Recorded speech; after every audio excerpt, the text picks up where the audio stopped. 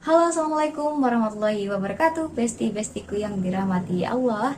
Welcome to my video. Oke, sebelumnya kenalin, aku Lela, dan pada kesempatan kali ini aku akan memberikan sedikit informasi mengenai penyiar dan podcaster, dan gak lupa juga contoh dari penerapannya dalam dakwah Islam nih.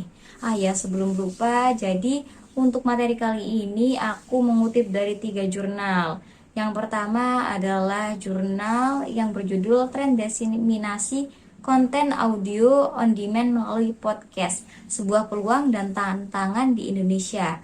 Lalu yang kedua adalah podcast alternatif media dakwah di era digital.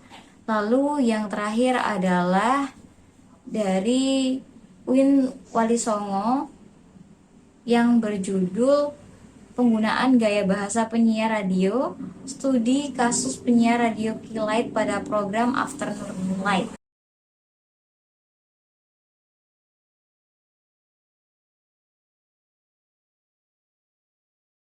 Oke, tanpa berlama-lama langsung aja ke pembahasan.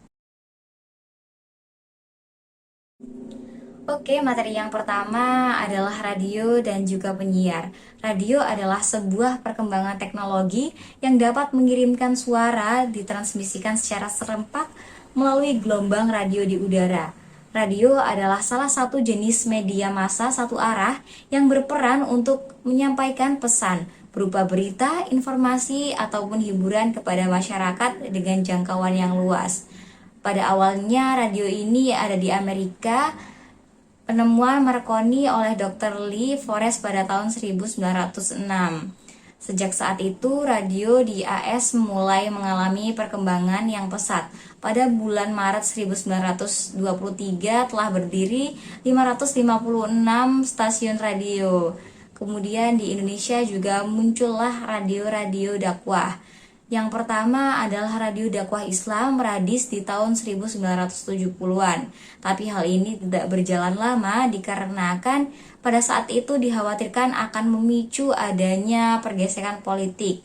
Tapi radio tetaplah ada di radio RRI. Kemudian seiring berjalannya waktu, radio dakwah bermunculan seperti radio Roja, As-Sunnah, Fajri FM, dan yang lainnya. Sedangkan penyiar radio adalah seseorang yang bertugas membawakan atau menyiarkan suatu program acara radio. Penyiar sendiri bertanggung jawab atas kelancaran penerimaan informasi radio oleh pendengar. Jadi dalam suatu siaran radio, seorang penyiar itu menjadi pengendali, menjadi etalase dan filter terakhir materi. Karena penyiarlah yang mengkomunikasikan pesan kepada pendengar, baik itu iklan, lagu, dan lain sebagainya.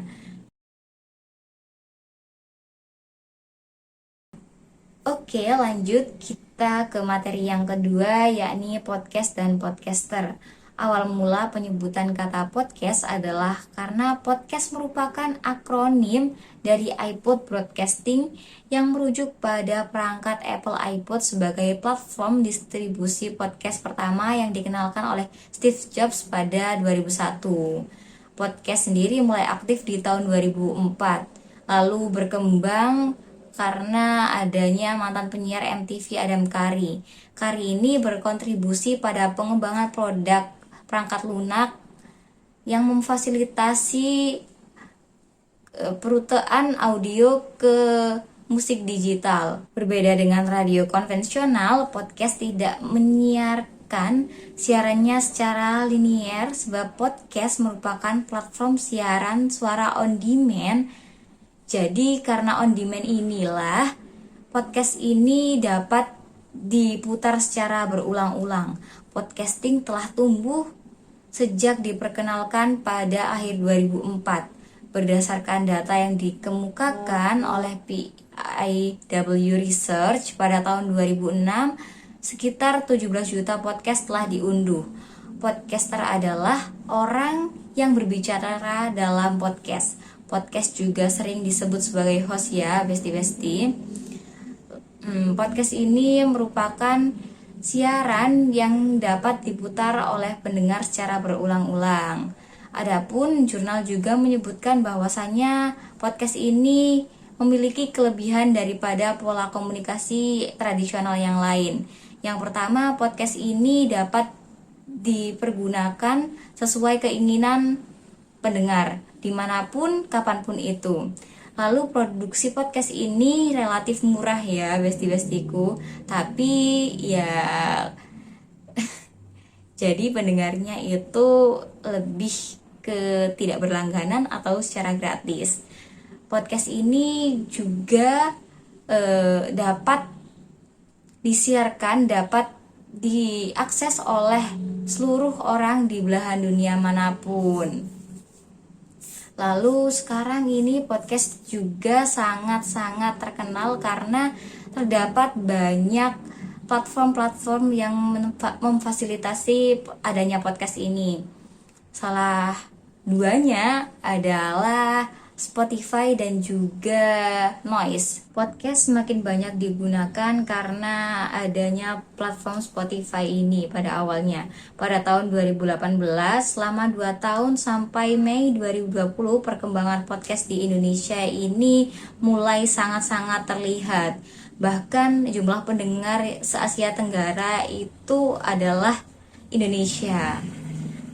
Lalu karena melihat fakta yang seperti ini, dai-dai yang ada di Indonesia mulai tergugah dan mulai menjajaki podcast sebagai salah satu media dakwah yang menjanjikan, yang pada awalnya hanya siaran atau membuat video di YouTube atau Facebook atau bertatap muka.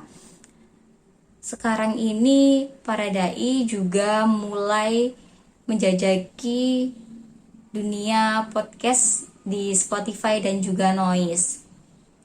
Bahkan di Spotify itu kalau kita mencari kata kunci dakwah seperti ngaji atau yang lainnya, nanti akan banyak yang muncul seperti kajian Hanan Ataki, lalu kajian-kajian filsafat yang biasa diadakan di Masjid Jenderal Sudirman, Yogyakarta, ataupun kajian-kajian dari Ustadz Somad. Selain itu ada juga kata kunci yang dakwah sunnah, dakwah milenial, kajian sunnah Islam, dan masih banyak lagi. Seperti yang kita ketahui bersama, podcast ini tidak hanya tersedia di Spotify ya besti-bestiku semua, tapi podcast ini juga ada di platform Noise. Nah, kalau di platform Noise sendiri yang terkenal yang aku ketahui itu adalah podcast dari Habib Ja'far yang judulnya Berbeda Tapi Bersama. Menarik sekali bukan pembahasan kali ini? Kurang lebih itu aja yang dapat aku sampaikan kali ini. Kurang lebihnya aku mohon maaf. Wassalamualaikum warahmatullahi wabarakatuh.